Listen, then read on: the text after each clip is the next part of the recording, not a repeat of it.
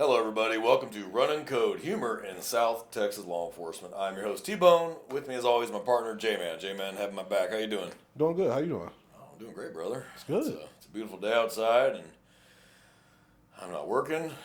That's always good. I've had my coffee. Oh yeah. I've actually had 2 cups of coffee and a Dr. Pepper, so I'm feeling good. Feeling I'm a real little good. wired, actually. Yeah, I you're should a little caffeinated. I should probably lower it a little bit, but I can't function without it. So today, J-Man, we're going to talk about our favorite species in the penal system, in the criminal justice system. Lawyers. Yep, abogado. The abogado, yeah. Yeah. Let me start by saying lawyers are necessary, and I get it. We all have a job to do. Everybody's entitled to a defense. When I said lawyers, I'm specifically talking about defense lawyers. Okay, defense lawyers.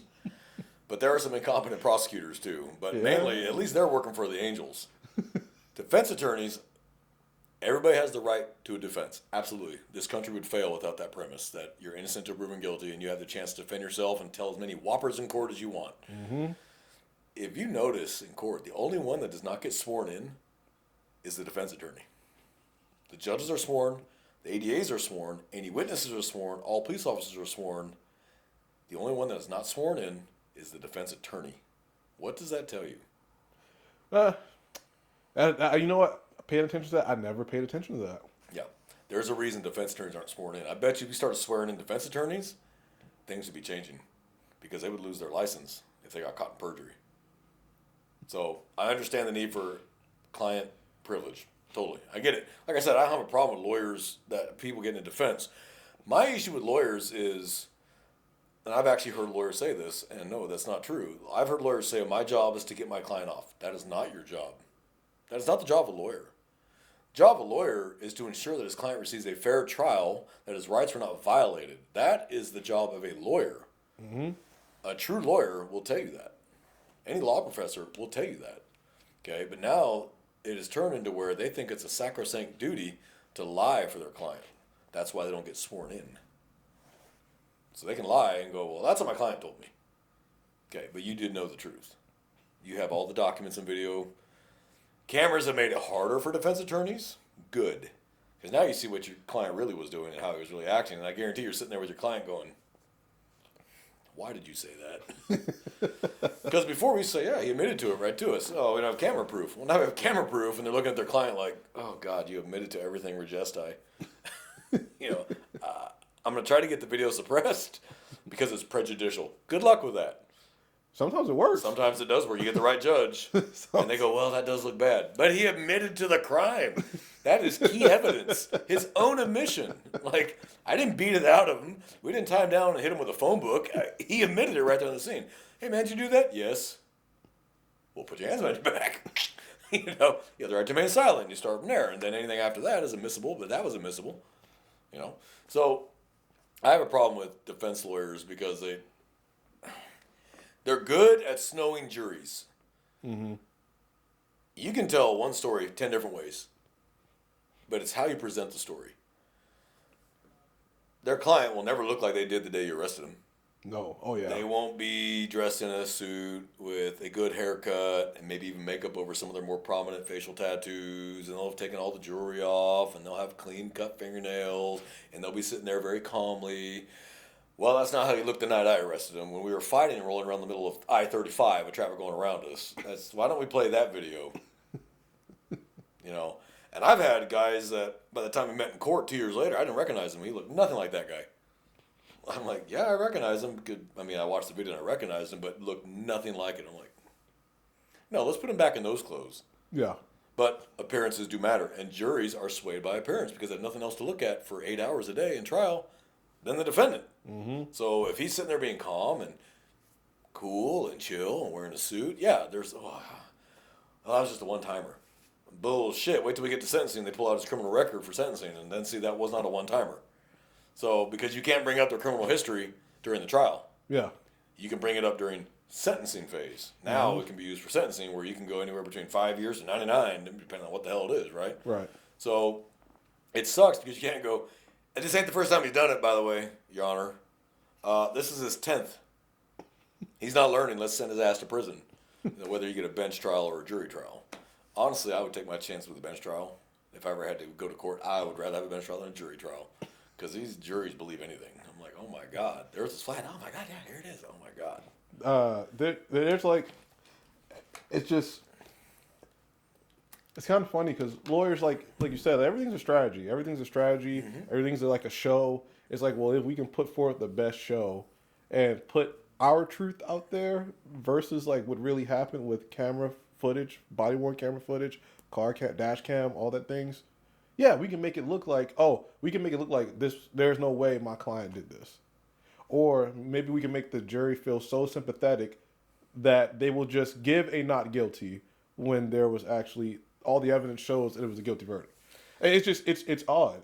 And sometimes if your prosecutor, I don't know, like Well, and that's I recently went through a class where the instructor said the prosecutor is not your attorney, meaning not our attorney when we are up on the stand. We are a witness for the state, and they are the state's prosecutor. So they're not specifically our attorney, so they have really no reason to try to object as much as we feel they should. That's why sometimes if the officer is paying attention, if they're listening to the questions, they can try to prompt the prosecutor to give an objection.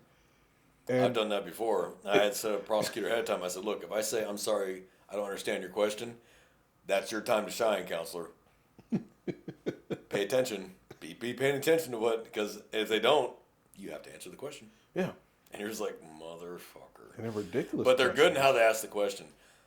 They don't want you to expand. Yeah, I noticed. Yeah. So I'll get traffic court. I'll just give you an example for traffic court. We don't calibrate radars. We test the calibration of radars. But here's an example of a defense lawyer. Sir, did you calibrate your radar that morning? No, sir. But no further questions. You can't just start expanding. Yep. The prosecutor's supposed to go, what did you do? I tested the calibration of my radars. But because they go, no further questions. I'm done, thank you. And the prosecutor doesn't pick up on it. The jury's like, he didn't calibrate his radar. Let's try to dismiss his case. Like, oh my fucking God. Because you can't stand up and go, hold on, counselor, there's more to that. I didn't ask. Like, Yep. so what I've done is all these JP baby prosecutors, that's what they are. That's where they start. They start their career at the prosecutor's office in JP court. And they work up to misdemeanor court. Then they work up to felony court. And then they're second chair, then first chair, you know. So they have to work up. Just like anywhere else, you got to start somewhere. You're not going to walk in off law school and take a district court first chair where you're handling murders and sexual assault of a child and shit like that. Yeah. You got to start somewhere. You just learn the basics of the court system and how testifying works, stuff like that. So I've trained these baby prosecutors in how that works, how this stuff works, what questions to ask me. Ask me about my training and education history. Ask me about my traffic history. Ask me, this is what you ask. We can chop his knees off right now and put a stop to this shit. But if you don't, I can't voluntarily, or I can't regesti an answer myself. Mm-hmm. If he didn't ask it, I can't go, nope, he's going to shut me down fast. Oh yeah. And if you're over there picking your nose, that case is dismissed. Now, the public's probably going, why is it a big deal? All that speeding shit needs to be on their record for a good reason. Because they have 10, 11, 12, 13 speeding convictions behind them, and then they kill somebody due to speed, and we charge them with manslaughter, that's evidence. Yeah. He has continued to drive this way, and he killed somebody finally. Mm-hmm. So now, instead of getting 5 years for manslaughter, maybe he should get 15. Yeah. Because he's got a history of doing it. He's been told it's a no-no. He still keeps doing it. That's the point of a criminal history, or what we call a CCH, complete criminal history. Yeah. There's a reason we have a history. So it boggles my mind when these judges just throw this crap out. I'm like, okay. We don't need their money. Let me specify. This county is one of the richest counties in the state. We don't need their money. We don't want their money. I want them to fix the problem. Yeah. I don't care if you pay or not. If you put a license plate on the front, you get your registration fixed, get insurance, get your license updated. Good, great, thank you. That's all I want you to do. I don't care about anything else. I'm not personally going to get mad because you didn't pay your $1,000 in fines. I don't care. I really don't care. And the courts don't care anymore either. I haven't seen a JP warrant in years now. They stop entering them. Yeah. What they do is they just put them in the system as an FTA. When they go to renew their license and it gets denied, then they'll finally come down. Yeah. I had court yesterday for a 2-year-old ticket. It was speeding and failed to exhibit a license. And he was only doing 15 over and didn't have his license on him. I just stroked him too, cut him loose. But I think what happened was he went down because I ran him, and his license was FTA. I was like, that's why. So now you got to come to court to get that dismissed or convicted or whatever to get your license back. Yeah. So that's why all of a sudden I got a court date exactly 2 years to the date I stopped him. That's all it was. Lawyers have a function. What kills me about people's perception of lawyers is I hear this all the time. My lawyer's going to get me off. One, no lawyer can guarantee anything. Mm-hmm. A smart lawyer will never guarantee an outcome. Yeah. Because you can't. You can't, yeah. Let me give you a great example, the O.J. Simpson trial. The miscarriage of the century. Everybody knew O.J. Simpson was guilty. He even admitted to it in a roundabout way after he was acquitted. Because what people don't realize about the law or the justice system is if you are acquitted of murder, you can stand up as soon as the jury reads their verdict and say, I did it, and they will not be able to prosecute you. Yeah. Oh, that's right. He wrote the book about it. He wrote the book. And he said, if I did it. Dude, you fucking did it. So I actually know the lead detective on that case, Tom Lang. And he told me the whole story. He said there was no other suspect. He was it. That was it. And he had Nicole Simpson or Ronald Brown, Ronald Brown, I think his name was. No, it was. I feel bad. I can't remember his name. That's horrible. He was a victim too, and I can't remember his name, and I feel bad about that. But it was Ronald and Nicole. Mm-hmm. And Goldman? Okay, I feel horrible now. He was a victim too. We all know who she was, and he gets forgotten. Fuck that, he's still a victim. Right. But he had both their blood on the inside of his Bronco, on his shoes, on his gloves. Remember, he was an isotoner rep. He had the isotoners, he had the commercials. Yeah. And he was running before they were even looking for him. He had his passport with him. Like, where are you going, Juice? Oh, you haven't even bought your tickets yet. You're on the way to the airport, but you haven't bought your ticket. Like, come on, dude. Their domestic violence history was so long that when Tom got woken up, because he was the on-call robbery homicide detective, well, people don't realize the LAPD, Robbery Homicide Division, RHD, because every division in LAPD, Rampart, South Central, Hollywood, whatever, have their own detectives. Yeah. But then there's RHD, which is in headquarters. Those are the ones that take the high-profile murders. Those are the ones that are going to be on the news, like Robert Wagner, Okay. O.J. Simpson. They're going to make the news. Okay. They're going to be political dynamite. So they're the best detectives in the agency. Mm-hmm. He was on call. He wasn't supposed to be. Another detective was. That detective went on vacation. That detective probably thankful every day he went on vacation. He got woken up, and the first thing when he found out who the victims were, the first thing he said was find O.J. Simpson, because they're very long domestic violence history. Very long domestic violence history. So he said he was running. He goes, where we fucked up was we fucked that crime scene up, because officers are coming in, not signing in to the logbook, which any officer, people don't know, for non-officers, when you visit a crime scene, there's a crime scene log. You have to log in your presence on that log. Yep. They have to know every person that went in and came out. Officers are coming in without signing in, taking pictures, taking souvenirs. Talk about crime scene contamination. Yeah. So that was one of their arguments, was that glove was planted by LAPD. Like, well, where'd they get your blood then? Like, come on, dude. Like, yeah, But he had F. Lee Bailey, Johnny Cochran, Robert Kardashian. Yeah, he had the dream team of lawyers. He did. They were up against Marcia Clark was the prosecutor. She wasn't. They were out of. She was out of their league. She was, but she was also going through a nasty divorce herself while this was all going on at the same time. So she didn't really have her mind on the case. Mm-hmm. But they were able to put together and make it about race and make it about everything other than two victims are dead and you killed them. And then Mark Furman didn't help. I don't know if you remember Detective Furman. Guy was smart, but he said dumb shit on the stand and on the scene that other people overheard that he had to answer for in court. And let me tell you, the answers, nothing he said was going to make that sound any better. You know what I mean? So you got to be careful what you say, because in court 2 years later, you're defending it. Yeah. And court didn't have it for like 2 years. Oh, man, almost 3. I think 93, I think, is when the murders happened. I think 96 when it went to court. Somewhere. It was 2 or 3 years. It was 95 or 96. I remember the day the verdict came out, though. I remember watching the verdict. Not guilty. I was like... But I tell you right now, if he'd have been convicted, California would have burned. That's true. My mom was a fire dispatcher. They were all on call. Every single fire dispatcher and police officer in the state were on call. I bet. They were. All the riot teams, the SWAT teams were all stood up. CHP beefed up their presence everywhere, because if he had been convicted, California would have burned. You know, his lawyers got him off. Yeah. They knew these were lies, and they used those lies. Now, if an officer genuinely fucks up, hey, that's fair game.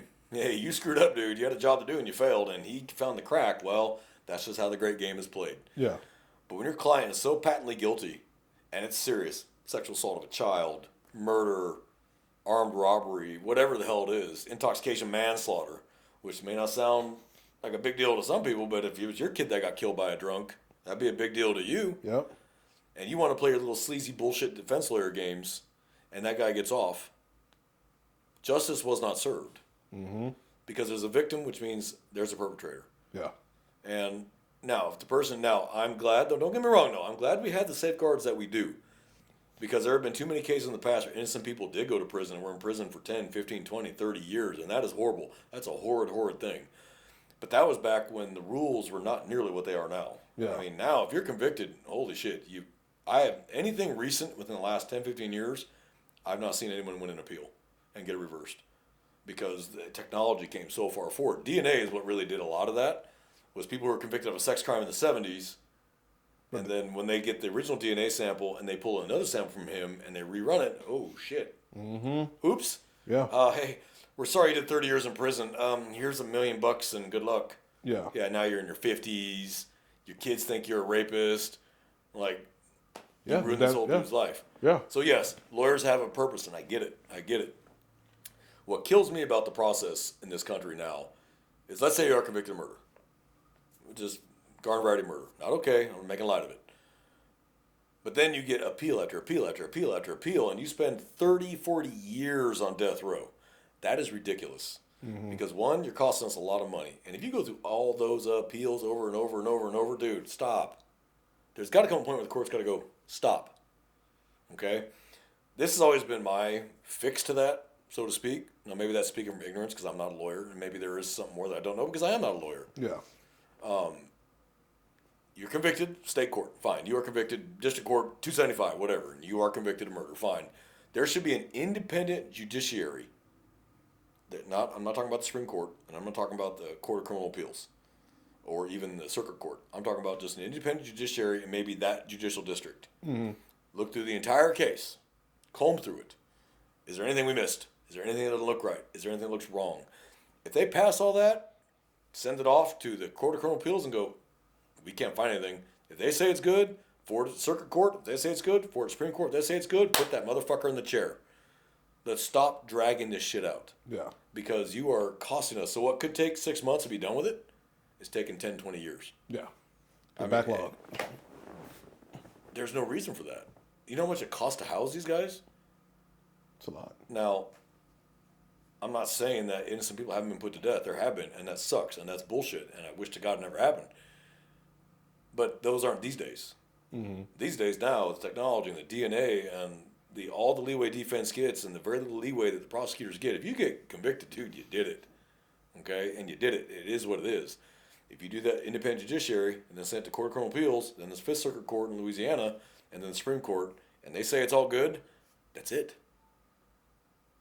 Call it a day. Mm-hmm. And you do that, you'll start seeing a change. Because I could shoot you in the head right here, right now, on camera. Bang! I'm not going to the chair for 20 years with clear-cut evidence in 4K footage. Yeah, and it would still be 20 years because I would drag it through and do this appeal, that appeal, and I shot him because I was threatened as a white man. I mean, just whatever bullshit excuse I come up with that some liberal judge somewhere would go, I agree, that makes sense. Let's put a hold on this. And Jesus. And a good argument may not even be the good argument, not even the truth. It could be like truth adjacent. Like there's some truth in there, but not. They just choose to omit certain things. Now, that could get the video suppressed. Can there be mitigating factors to any crime? Yes, there can be mitigating factors. Okay, maybe what it looked like was not quite 100%. Yes, he killed him.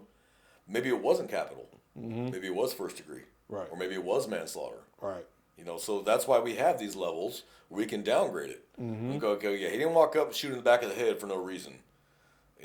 When we watch the video later, this had actually happened right before that. So yeah, he shouldn't have shot him in the back of the head, but that guy wasn't necessarily innocent either, kind of thing. Or like a bar fight.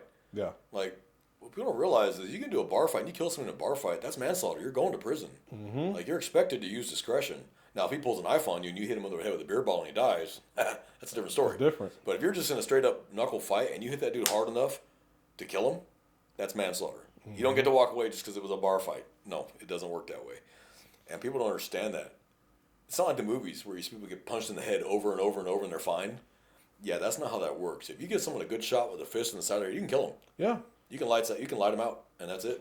Mm-hmm. And now you're looking at probably 10 years in prison for manslaughter, probably out in 6, good behavior. Yeah. But you're still a felon and you killed somebody. Now, is it first-degree murder or capital? No. It's manslaughter. Yeah. You didn't do it on purpose, but a reasonable person should know that if you hit somebody in the temple with a beer bottle, you could kill them. Mm-hmm. A reasonable person would know that. Beer bottles don't break like the movies think they do. No. They're pretty solid. They are. It's hard to break a beer bottle. You got to actually work for it. Yeah. Car windows don't break like that either. You got to work to break a car window. They're designed not to be broken easily. Yeah. So it's a lawyer's job to mitigate. If they can't convince the jury that their client didn't do it, then their job is to mitigate why they did it. So they can go, well, look, yes, he did it. I'm not, and you'll see them, and it makes me sick because they'll stand there on the stand. Well, I'm not saying my client didn't do it, but here's why he did it and why he felt he had to do it. And they're hoping 12 people at the jury will go, that makes sense. What I tell people is you're putting your life in the hands of 12 people too stupid to get off jury duty. That's not a comfortable feeling. Give me a judge, please. So, we had a local case here, Andre McDonald. Oh, yeah. Yeah, it was yeah. He ended up getting that downgraded to manslaughter.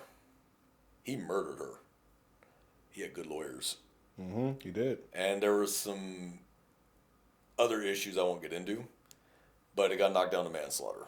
And then her family just won a $210 million wrongful death lawsuit. Yeah. Now, I don't know how he's going to pay for that. He's in prison right now. He was discharged out of the Air Force, dishonorably. He was a major. He was dishonorably discharged. All their businesses went to hell. I don't know how he's going to pay it, but, I mean, at least the family's going to get something. Yeah. You know, it was a whole sad story. I remember when it happened. I remember we were looking for her body for days and weeks. We finally found her body. I think 4 months later we found her body. I mean, the whole thing was a mess, and he did it right in front of I think her daughter was autistic or something along that vein. Mm-hmm. Daughter was there, saw the whole thing. I mean, that's pretty horrible. And he was arrogant about it because I remember the night he was brought in because I was coming to my own prisoner when they brought him in, and he was laughing. I was like, oh, really, this dude? And I even told him to his face, I said, you make me sick that you were a part of the same Air Force I was. You know, because that's a blow to me. I'm Air Force. I'm Air Force Blue all the way through. Right. And aim high all the way. That made me sick. You remember the same branch, my beloved Air Force, and you just stained it. Mm-hmm. You know, so he had good lawyers. They were able to inject a lot of doubt, so they couldn't quite walk away. But they had downgraded to manslaughter, so he'll be out. I don't remember how many years he got. You'd have to look it up, but it wasn't enough. And for his attitude the whole time, very haughty, very arrogant, I was like, oh man, that just drove me up the wall. So lawyers have a place. My issue is they step outside of what they think their place is. The law says you are entitled to a fair trial by a jury of your peers. Mm-hmm. And defense lawyers get all evidence, including exculpatory, which means evidence that shows you might not have done it as well. Yes. Defense gets everything. Prosecutors have to give up every bit of evidence they got. If you leave anything out, you can get a mistrial, you can get anything. Oh, yeah. And we're very hamstrung in methods we're allowed to use. Warrants, you better not misspell anything on a warrant. I mean, it's amazing you get an entire trial thrown out because you misspelled a word on a warrant. Like, really? Yeah. Okay, I forgot an extra R on the word warrant. Like, come on. To me, that's chicken shit games. And I was talking to a police officer from another country, and a German police officer. Mm-hmm. And believe it or not, German cops are actually very professional. But they didn't understand, how can you let a murderer go because you forgot to tell him you had the right to remain silent? Like, they don't understand that concept. Like, but he did it. Yeah, and he admitted to it. Yeah. But the case got dismissed because you didn't tell him he had the right to shut up? Yep. What? They just don't get that. To them, it makes no sense. But he admitted it. You know? Well, and I think that all started, like just that in general, is that a lawyer made an argument that his client couldn't understand the Miranda warning. So they're going to end up changing it. Don't know when, but it was just a good enough argument. Well, but they're starting to change in the court system now. The court system's starting to recognize that everybody knows what the Miranda warning is because it is on every cop TV show there is. There was a case recently. I'd have to pull. I wish I'd have pulled it before we started this episode. But there was a case, and I don't remember what court it was in, what circuit court it ended up in, and they upheld it. They upheld the conviction because they didn't read him as Miranda, and he tried to make that the reason that his confession should be inadmissible. But they were able to. The prosecutor was like, he's a big fan of Blue Bloods and Law and Order, and he's seen the Miranda warning. He knows his rights, and the judge actually said, no, I agree. He knows his rights, and they let it through. He got convicted. It went to I don't remember which circuit court.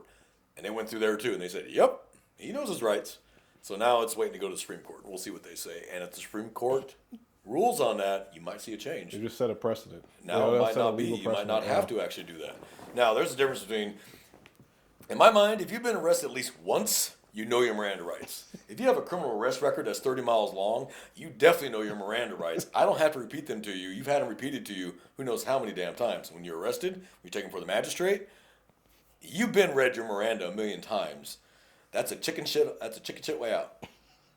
I don't agree with that. That's chicken shit. Because if you say, "Yeah, I killed her. I stabbed that bitch because she wouldn't shut up," that should be admissible. I wasn't beating her with a phone book to get that answer. He admitted it. It's there. Yes, I agree that everybody's entitled to a defense and everybody's entitled to tell their side of a story. Mm-hmm. But what I have a problem with is if you admitted this to me because I made the mistake of asking you an interrogatory question without reading your Miranda and you admit to having killed somebody, you should not be able to walk away from that. So pray to God we have 10 tons of other evidence. Praying to God that's not the only evidence we had was his admission. Yeah. And that's the sad part. And what kind of justice is that for a victim? So as cops, we need to be better. Yeah. We really do need to be better as cops. We need to really toe the line. We need to do it correctly, read in the Miranda. Don't ask them interrogatory questions without Mirandizing them first and making sure they understand the Miranda warning. Mm-hmm. If they make a regestai statement, shut your fucking mouth and let them talk. Yeah. Don't go, hold on, I can read you something. No. Oh, no. Shut up and let them talk. But don't prompt any more answers. Yeah. Because now you just turned it into an interrogatory. Yeah. So just keep your mouth shut, let them talk. Yeah, I killed her. Yeah, shut up. No, I did. And then she wouldn't shut up, so I stabbed her again. Dude, whatever, you didn't do that. Yeah, I did, and I can tell you where I hid the knife. Oh, shut up, fuck. Yeah, it's right over here. Let them fucking talk. But as soon as you ask a question. Yeah, games, yeah. Now you gotta. That's when you need to go, hold on, I need to ask you something. I need to read you something first. Yeah. Read in Miranda. You understand that? I know my rights. I just want to tell this story. Oh, we're good now. You said you know your rights. So there's games that we got to play, but we have to play inbounds, and lawyers and defense lawyers don't. Prosecutors are very hamstrung by rules. Defense attorneys aren't. The doubt sways towards the defendant. It always has. Yes. And I agree with that to an extent, because your rights should be protected, to be damn sure, because maybe you didn't do it. Mm-hmm. And maybe we can, that's why exculpatory evidence has to be included with the full disclosure. Yep. But it just drives me nuts when some wild juror gets hair up his ass and goes, I don't like cops, so he was innocent. Yeah, so much for voir dire. Yes. But remember, you're limited in how many you get. Yeah. You can't voir dire 200 people. You get a limited amount of voir dire. You get like 12, you get like 12. Now, pick wisely. And you're like, shit. That one looks like he's building a hangman's noose all weekend. That one attends AB rallies, So yeah, it's a tough game. And there's a great book. Have you ever read John Grisham, A Time to Kill? No. They did a movie about it. It was Matthew McConaughey and Samuel L. Jackson, but the book was far better. But they talk about that jury selection. In that book, they actually describe how they do a jury selection, how they do a voir dire, and the factors they looked at when they wanted, who they wanted off the jury, who they wanted on the jury, how they wanted to pick a jury. It was actually pretty revealing. Again, John Grisham is a lawyer. Mm-hmm. He was a criminal lawyer for years, so he knows what he's talking about. And you can tell when he writes, you're like, oh, that's dirty. But that's how they did it. Yeah, and it's just... this is also 80s in the Mississippi, as the book is set into, so it's still Mississippi. It's no offense to Mississippi listeners. I got nothing against Mississippi. I have nothing against Mississippi, but every other state you need letters. There you just need sounds. M-I, crooked letter, I. Yeah, every else is M-I-S-S-I-S-S-I-P-P-I. You guys, crooked letter, humpback. Yeah. I'm just saying, you didn't get the whole alphabet in Mississippi. You're missing some letters in Mississippi. But yeah, it goes to show you, like you said, a lot of legal tactics, legal games, and a lot of it sometimes just feels more like a performance than an actual. It is theater. And then an actual. This are the facts that we're presenting. This is the argument against the facts. Now, who do you believe? That type of thing. Did you ever see the movie The Judge, Robert Downey Jr. and Robert Duvall? Uh-uh. Robert Duvall plays a judge in that movie, and he was telling a defendant, he goes, "This is the last great cathedral of truth and justice." It's a courtroom. Yeah. That's probably right. It really is. But the problem is, truth and justice departed ways a long time ago. Mm-hmm. The scales of justice are way woefully tipped badly, and justice is not blind any longer. Yeah. I'll tell you right now, justice is not blind. If you want to have a true trial, you don't release the names of the jury. You don't show them the defendant at all. Don't show him his face, his race, his age, gender, nothing. And just the facts. No emotion. You'll see a change in prosecutions real quick. You'll see a lot more guilties. They want the emotion. They want them to pity. Oh, look at my client. He never had a chance from the start. When he was 5, his dad ran over his cat, and so now he likes to, kill people. He still knows right from wrong. Yeah. And if he doesn't, doing him not in ruling, find out if he knows the difference between right and wrong. And him not in ruling, I should probably explain what him not in ruling is where they find out is he criminally insane? Does he understand the difference between right and wrong? At the time he committed the offense, did he understand right and wrong? Mm-hmm. So that's an him not in ruling. And if he didn't, and there's a misconception there. People think if you're declared criminally insane or you're declared insane, you just walk. No, that's not quite how that works. You're going to go to a state hospital. You're going to go to, like, SASH. Yeah. You're going to be there a while. If they declare you fit to stand trial, then you're going to stand trial. Yeah. Now, they may mitigate the charges and knock it down from murder to manslaughter or sexual assault to maybe indecent contact or something. Yeah. But it doesn't mean you're walking away scot-free. You don't go, we find you mentally incompetent to stand trial, you're free to go. No. That's movie shit. Mm-hmm. So there is still a victim, and there still must be justice. But there's mitigating factors, right? Right. Give you a great example. Let's say you drink 12 beers. You just drink 12 beers. You get into a car, drive down the road, cause a crash, and someone dies. Clear cut, intox manslaughter, right? Yep. But now let's say you go to the same party, but this time you smoke weed, okay, or what you think is weed. They're passing around, you smoke the weed. What you don't know is that weed is laced. Yeah. So it wasn't straight marijuana. Now, obviously, we don't want you to drink or we don't want you to smoke marijuana dry. Please don't do that. Yeah. Okay? But they laced it, PCP or something that really messes you up. You drive down the road and kill somebody. Now, you did not knowingly ingest the PCP. You thought it was marijuana, which you are used to smoking, and you smoke it often enough to where you know the effects and what your body can handle. Of course, these are the same idiots that think, I can drink 12 beers and drive, I'm fine, I know my body. But we all know marijuana doesn't treat you the same way as alcohol does. Yep. And you're blasted out of your mind, you kill somebody. Yes, we're still going to charge you right then and there with intoxication manslaughter, and we get your blood back, high levels of PCP, which is an illegal substance, period. It's a completely banned substance. You can't even get it. Mm-hmm. Where these people still get PCP, I don't effing know. What is it, phencyclidine phosphate or some shit like that? But it's completely banned. It's been banned since the 60s. But now we have mitigation. So now the defense lawyer's job is to mitigate to the jury. Like, look, yes, he smoked what he thought was weed. He smoked marijuana. He didn't hide that fact, but he did not know and was not aware that there was PCP in this marijuana. Yeah. So people, the jury, search your hearts. He didn't mean to do this. It wasn't done intentionally. Someone's still dead, right? Right. But now we go from clear-cut intox manslaughter because he drank 12 beers and got into a car to, well, would that have happened if he hadn't been dosed to PCP? That's the doubt. Yeah. And that's where the doubt gets thrown in. Yeah. So do I think that's necessarily a bad argument either? No, I don't. Because we've had one of those. And the kid had no idea he'd been dosed. What do you do in that case? He was not even aware he was taking that drug. He thought he was smoking weed, and it was PCP. So now how do we hold him responsible? Yeah. It's like, well, shit, someone's still dead. And, yeah, the family's going to be pissed. But this kid didn't even know. Mm-hmm. So that's a tough one. And that's where it gets a little tougher. Yeah. So it's not that I don't have sympathy for defendants. It depends on what they did.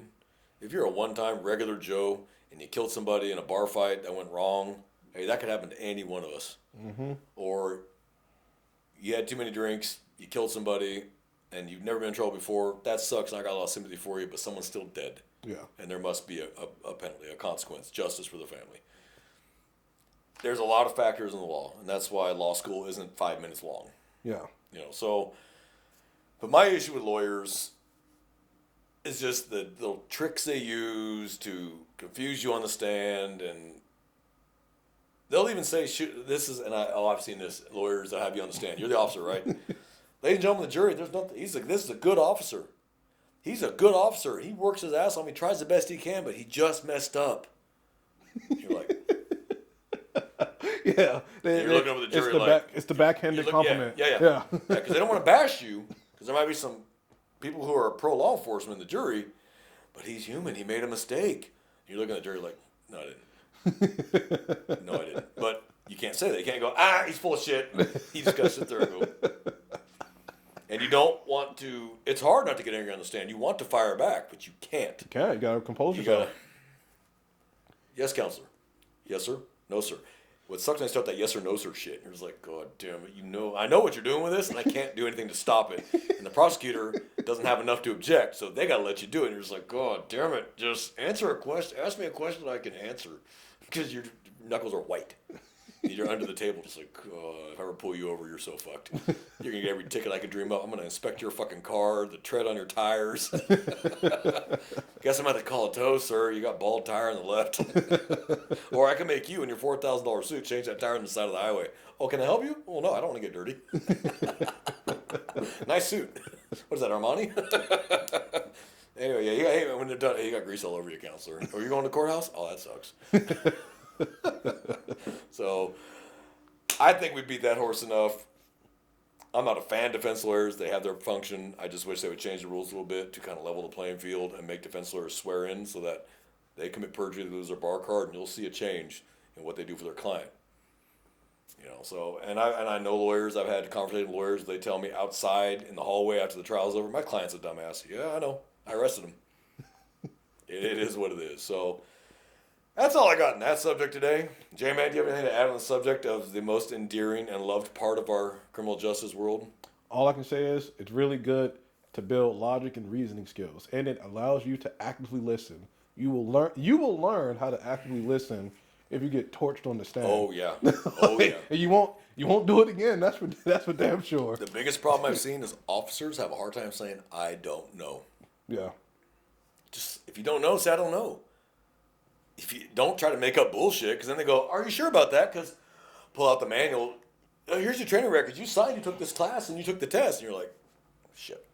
So then you look like a giant idiot. Now you lost all your credibility, because that's the whole job of the lawyer, is to make you lose your credibility on the stand. Mm-hmm. So there's a law professor who once said, I read it somewhere. He said, if you have the facts, pound on the facts. If you have the law, pound on the law. If you don't have any of it, pound on the table. So basically making a histrionic ass out of yourself until they get tired of it. Yeah. So brothers, sisters, good articulation is the key to saving your ass. Mm-hmm. Write it down now, because you can't do it later. Once you submit that report, that's it. And even doing a supplement can be touchy unless you have a valid reason why you had to do a supplement. Yeah. So I misspelled methamphetamine. Fine. Fine. But if you start adding crap in there, be careful doing that. So It better be on camera. So brothers, sisters, keep yourself safe. Our loyal listeners, we appreciate your support. Thank you very much for you made us number. I think we're 15 in the U.S. right now. At least one of those. Yeah, we're up. So we're climbing, and that's the support of you guys, and we really appreciate it. Thank you. We're still like 200 countries, or not 200 countries, like 20 countries and like 300 cities or something. So we're getting out there. Yeah, we're getting out there, and we do appreciate that support. So if you want to see what we look like, not just what we sound like, make sure to check out our YouTube channel, Runnin' Code, RUNNIN'_code on YouTube. And we'll have all our episodes audio. We also have them by video, and you can start watching those. So, J-Man, you got anything to add? Nope, all good. Everybody have a fantastic week, brothers, sisters. Be safe, and we're out of here. Yep.